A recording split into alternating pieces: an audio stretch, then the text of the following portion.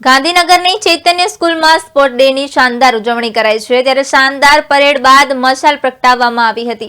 આ પ્રસંગે મુખ્ય મહેમાન રાજીવ ગુપ્તાએ રમતગમત શારીરિક સ્ફૂર્તિ સાથે માનસિક સ્વસ્થતા અને શિસ્ત આપતા હોવાનું જણાવ્યું છે।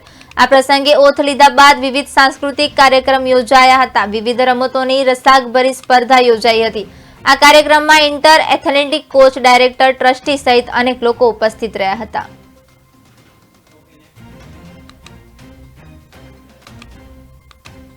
ગાંધીનગરની ચૈતન્ય સ્કૂલમાં શાનદાર પરેડ બાદ મશાલ પ્રગટાવવામાં આવી છે।